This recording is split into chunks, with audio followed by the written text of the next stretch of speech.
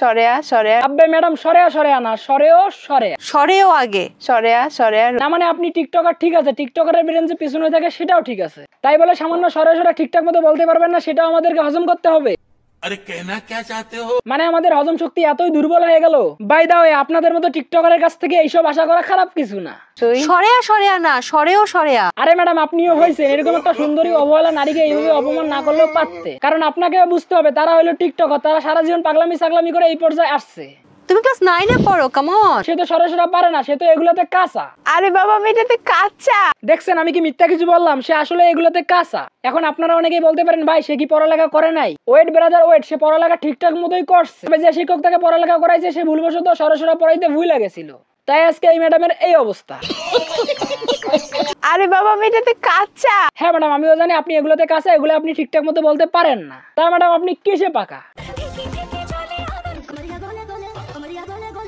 ও আচ্ছা আচ্ছা, আপনি তাহলে এগুলোতে পাকা। এগুলাই করার জন্য মূলত সরাসরি শিখতে ভুলে গেছেন। আপনি এবার বাস্তবে প্রমাণ করে দিলেন শতভাগ টিকটকারের শিক্ষার অভাব।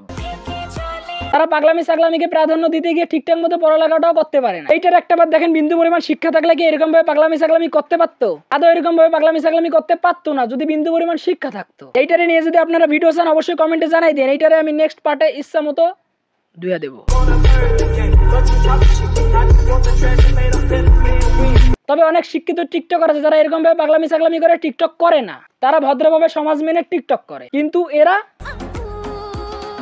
না কাউন্ট দিতে পারেন। দেখেন ম্যাডাম, আপনি টিকটকার বলে সেইভাবে আপনাকে রোস্ট করলাম না, কারণ আপনি একজন ক্রিঞ্জ মার্কা টিকটকার আর আপনার শিক্ষার অভাব থাকবে, এটাই স্বাভাবিক, তাই কিছু আপনাকে বললাম না। এটা কি কোনো কথা? তবে ঠিকঠাক মতো সরাসরি ক খ না শেখা পর্যন্ত কোনো ইন্টারভিউ যাবেন না। হুট করে যদি ক খ সরাসরি ধরে যদি না পারেন, তাহলে আর মান সম্মানটা একটুও থাকবে না।